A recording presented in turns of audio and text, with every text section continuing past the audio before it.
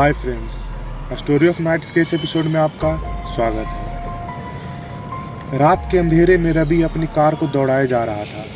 रवि को खुद कार चलाना और दूर दूर की यात्राएं करना बहुत ही पसंद था। रवि की बगल वाली सीट पर उसका दोस्त रमेश बैठा था।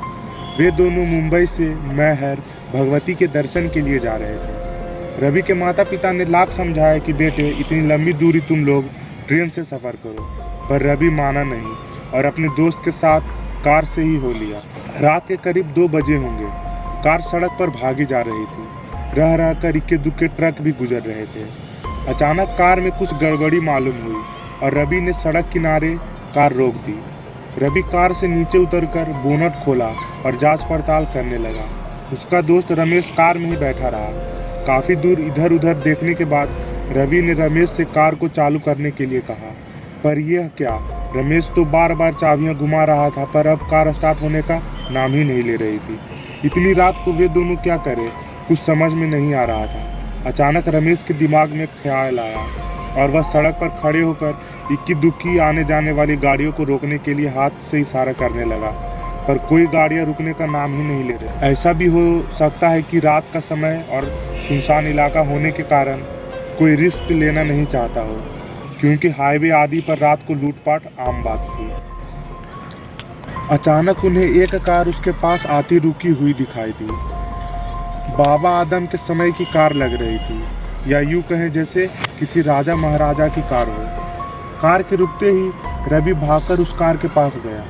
उस कार में ड्राइवर के अलावा 3 लोग और बैठे थे। इन 3 में से एक महिला और एक किशोरी थी।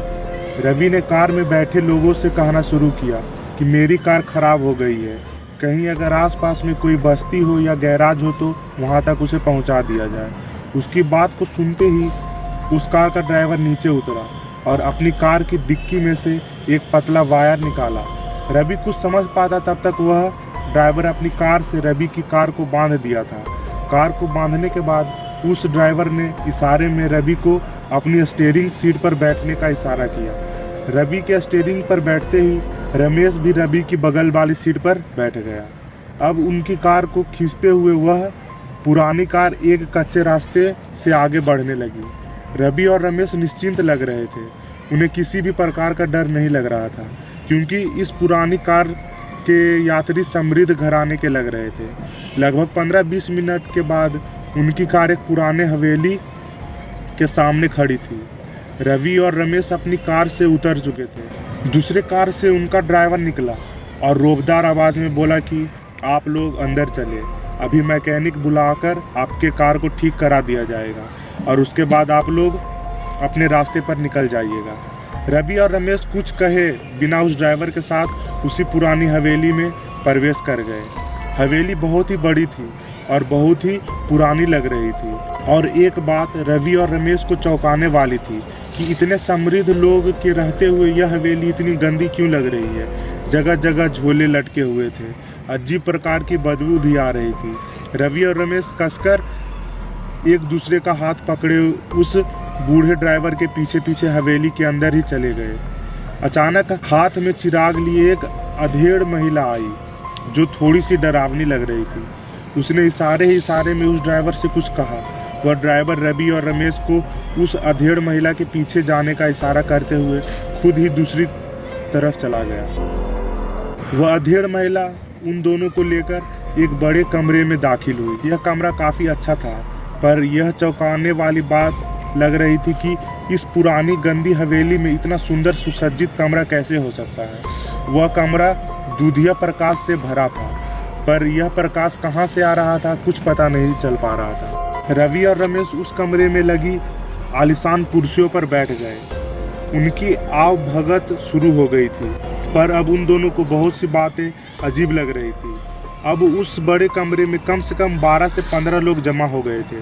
कहीं स्वादिष्ट भोजन की खुशबू थी तो कहीं पैकों का दौर चलना शुरू हो गया था। रवि तो आए दिन दूर दूर की यात्राएं करता था। रात बिरात वह कहीं भी चला जाता था। उसे भूत प्रेत पर विश्वास तो था ही, पर वह एकदम निडर स्वभाव का था।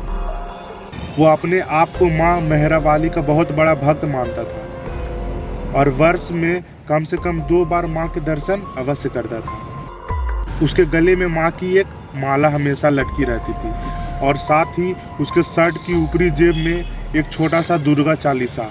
उसे जब भी थोड़ा समय मिलता उस चालीसा को निकाल कर पढ़ लिया करता था। पर आज निडर रवि को लगने लगा कि वह और उसके दोस्त किसी बड़ी मुसीबत में फंस गए हैं।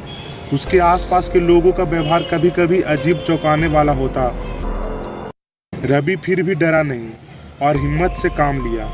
उसने अपने दोस्त को उठने का इशारा किया और पास में लगे एक सोफे पर बैठने का इशारा किया और इशारे में यह भी कहा कि तुम कसकर मेरा हाथ पकड़े रहना और डरना तो बिल्कुल नहीं। अब रवि और रमेश जिस सोफे पर बैठे थे वहाँ पास में ही एक आलीशान शीशा लगा था। रवि कनखी आंखों से रह रहकर उस शीशे में देखे जा रहा था। रमेश को अजीब लगा कि रवि उन कुर्सियों पर से उठकर इस सोफे पर क्यों बैठा। शायद रवि रमेश के जेहन से उठने वाली बात को समझ लिया था। उसने उसे शीशे में देखने का इशारा किया। अरे यह क्या! ज्यों ही रमेश ने शीशे में देखा उसकी तो सिट्टी पिट्टी ही गुम हो गई। भय से उसका चेहरा पीला पड़ गया। दरअसल उस कक्ष में चलते फिरते अच्छे लोग उस शीशे में बहुत ही भयानक लग रहे थे। इतने भयानक कि रमेश का कलेजा मुंह में आ गया। वह पसीने से पूरी तरह भीग गया। शीशे में उसने यह भी देखा कि यह लोग जो भी पानी या मदिरा पी रहे हैं वह खून जैसा लग रहा है। यह लोग जो खा रहे हैं वह किसी की मांस या हड्डियां लग रही है। वह तो अब पूरी तरह से परेशान था क्योंकि उसे लग रहा था कि अब उन दोनों का बचना असंभव है। अभी वे आपस में कुछ बात कर पाते तभी एक बूढ़ा बड़ी बड़ी मूंछों वाला उसके पास उपस्थित हुआ। वह साल ओढ़े हुए था और उसके पीछे पीछे 2-3 सेवक टाइप के लोग थे। वह बूढ़ा मुस्कुराते हुए रवि से कहा कि आज उसकी पोती का जन्मदिन है। अच्छा हुआ कि आप लोग भी आ गए। हमारी पोती का जन्मदिन धूमधाम से मनाया जाएगा और उसमें शामिल होने वाले सभी लोगों को राजसी कपड़े पहनने होंगे। आप लोग से गुजारिश है कि आप पास के कमरे में जाकर अपने पहनावे बदल लें। यह बात कहते हुए वह बूढ़ा बार बार रवि के गले में लटकती हुई माला को देख रहा था। उस माला की तरफ जब भी उसकी नज़र पड़ती वह थोड़ा भयभीत हो जाता। अरे तभी अचानक एक खूबसूरत किशोरी वहां आ गई और उस बूढ़े की ओर देखकर बोली कि दादाजी इस अवसर पर आप मुझे क्या उपहार देने वाले हैं। वह बूढ़ा हंसा और रवि तथा रमेश की ओर देखते हुए बोला कि बेटी तुझे मैं ऐसा उपहार दूंगा कि खुशी के मारे झूम जाएगी। इतना कहकर बूढ़े ने जोर से हंसा। ऐसा लगा कि उसकी हंसी से पूरी हवेली हंसने लगी हो। अब माहौल और भी डरावना होता जा रहा था। खैर रवि ने अपना विवेक नहीं खोया और रमेश का हाथ पकड़कर पहनावा बदलने के लिए पास के बताए कमरे में तेजी से चला गया। कमरे में पहुंचकर जब रमेश डर के मारे अपने कपड़े उतारने लगा तो रवि ने उसे रोका और कहा बेवकूफ़ी मत कर, अपने कपड़े को पहनने रख। और साथ ही उसने अपने जेब से दुर्गा चालीसा को निकालकर रमेश की जेब में रख दिया और कहा डर मत। देखा नहीं कि मेरे गले की माला को देखकर वह बूढ़ा कैसे भयभीत लग रहा था।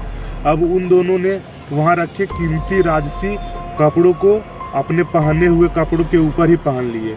कपड़े पहनने के बाद रवि ने रमेश का हाथ पकड़ते हुए कहा कि तुम डरना मत, हम लोगों के साथ माँ मेहरा वाली है और उसके रहते ही ये भूत प्रेत हम दोनों का कुछ भी नहीं बिगाड़ सकते। इसके बाद वे दोनों कमरे से निकलकर फिर उस बड़े कक्ष में आकर सोफे पर बैठ गए।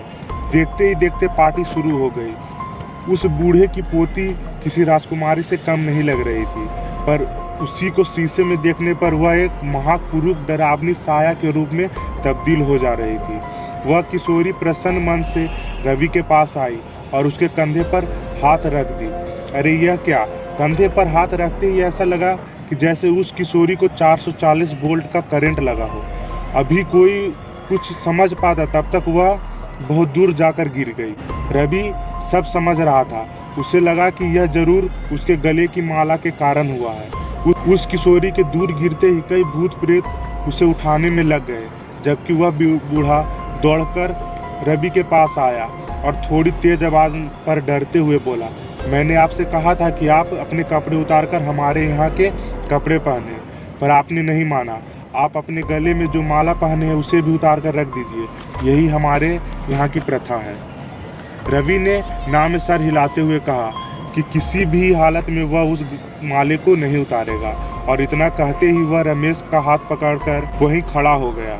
अब तो उस कमरे का हाल पूरी तरह से भयावह हो गया था। जो लोग सीधे साधे लग रहे थे अब वे भयानक हो गए थे।